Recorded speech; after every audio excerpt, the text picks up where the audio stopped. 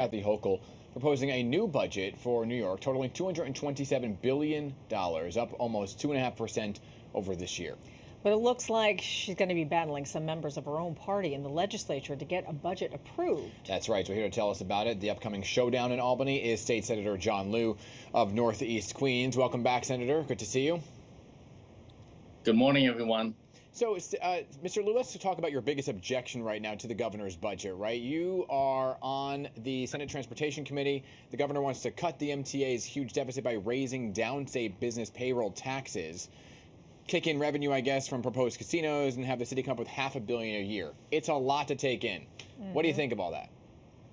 It is a lot, and the MTA is still suffering from years of extremely low ridership as well as increased pandemic-related costs. So I think for now, at first blush, the governor's proposal to shore up the MTA's finances and to do so without reducing services, I think is the right move, because we want to get people back into the subways and buses. We want to get the economy back on track, and can't do that without a functioning mass transit system. She's proposed an array of solutions. Not everybody's going to be happy with all of them, but at the same time, we do need to shore up the MTA. We need to keep our mass transit running on schedule and in full. Let's talk about schools. The proposed budget boosts school spending by about 10%. Is that enough for you? You think that's good? Yes.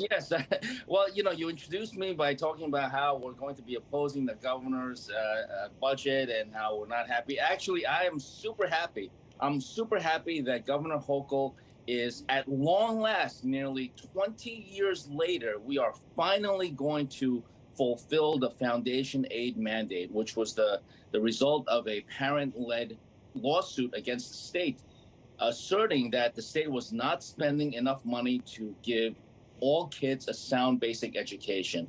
And after that lawsuit, a formula was developed, and the state has never fully funded that amount until this year.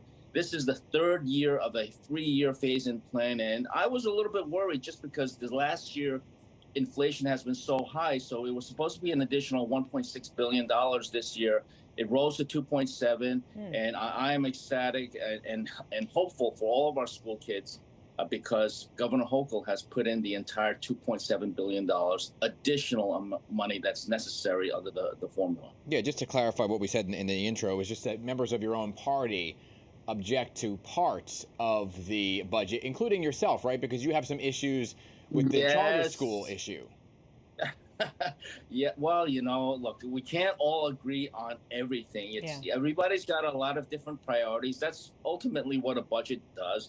The governor proposes the budget, and at the end of the day, when we pass the budget by the April 1st deadline, it's never going to be everything that the governor wants. This is a matter of negotiation. It's a matter of talking to our constituents and running out the democratic process.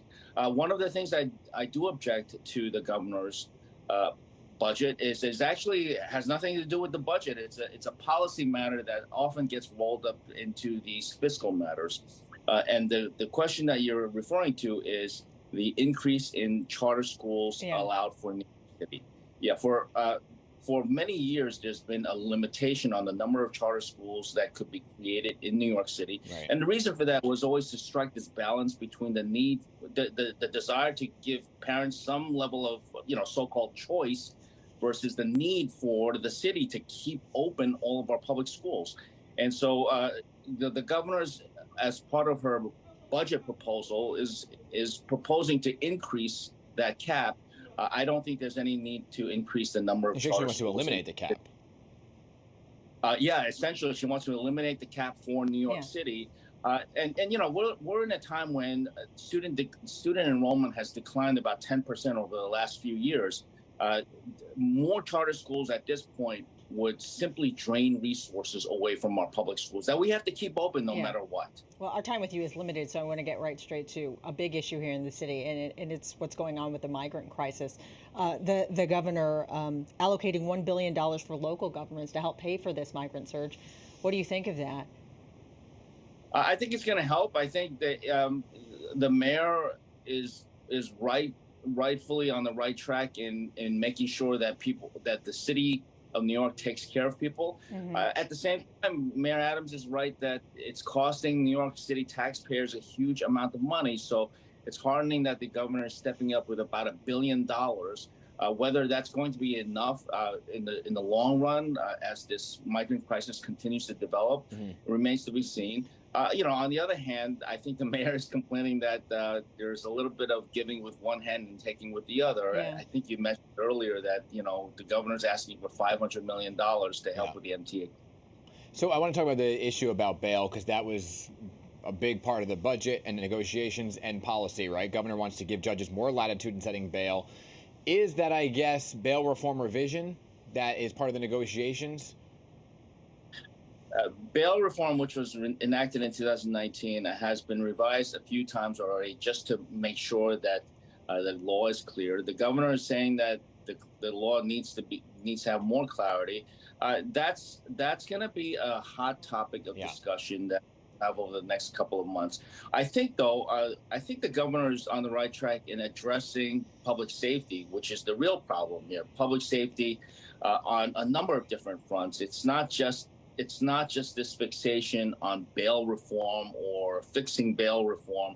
She's also talking about vastly increasing resources for mental health issues, increasing the number of inpatient beds for mental health patients by something like 3,000 or 3,500 beds, which will go a long way, because we've seen a lot of the concerns for public safety.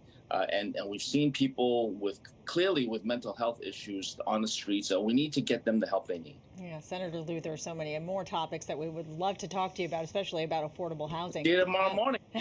So let's chat again, okay? Thanks again for coming in to talk about this.